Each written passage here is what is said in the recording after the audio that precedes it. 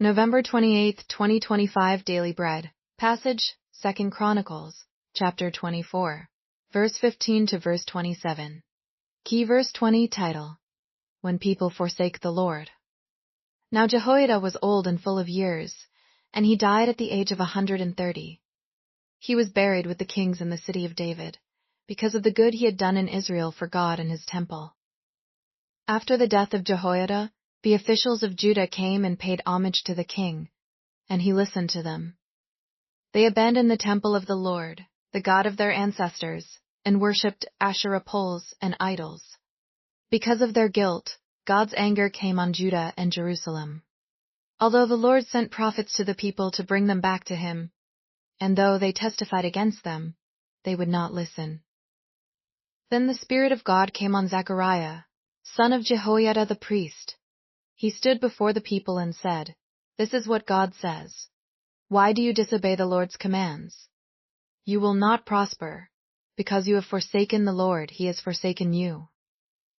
But they plotted against him, and by order of the king they stoned him to death in the courtyard of the Lord's temple.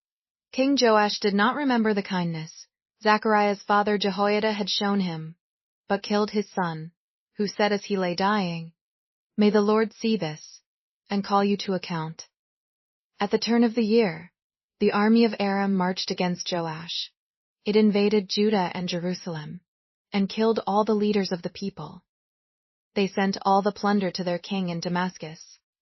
Although the Aramean army had come with only a few men, the Lord delivered into their hands a much larger army. Because Judah had forsaken the Lord, the God of their ancestors, judgment was executed on Joash. When the Arameans withdrew, they left Joash severely wounded. His officials conspired against him for murdering the son of Jehoiada the priest, and they killed him in his bed. So he died, and was buried in the city of David, but not in the tombs of the kings.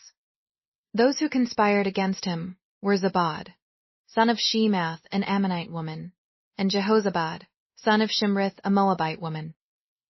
The account of his sons, the many prophecies about him, and the record of the restoration of the temple of God are written in the annotations on the book of the kings. And Amaziah his son succeeded him as king.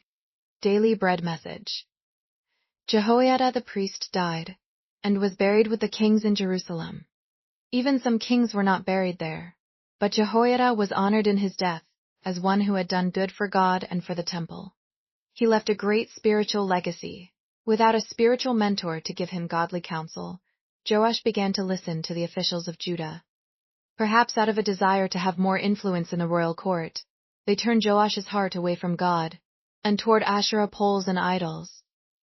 The Lord became angry and sent prophets to warn them, but they would not listen. The strongest voice of opposition was from Jehoiada's son Zechariah, who warned them that they would not prosper. They had forsaken the Lord, and so the Lord forsook them. Instead of heeding the warning, the people plotted to kill Zechariah.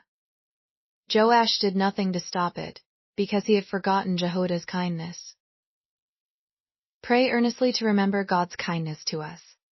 When the Arameans invaded, God allowed their much smaller army to defeat Judah. Joash was also wounded in battle. Then Joash's officials assassinated him for murdering Zechariah. He was buried in Jerusalem, but not as Jehoiada had been.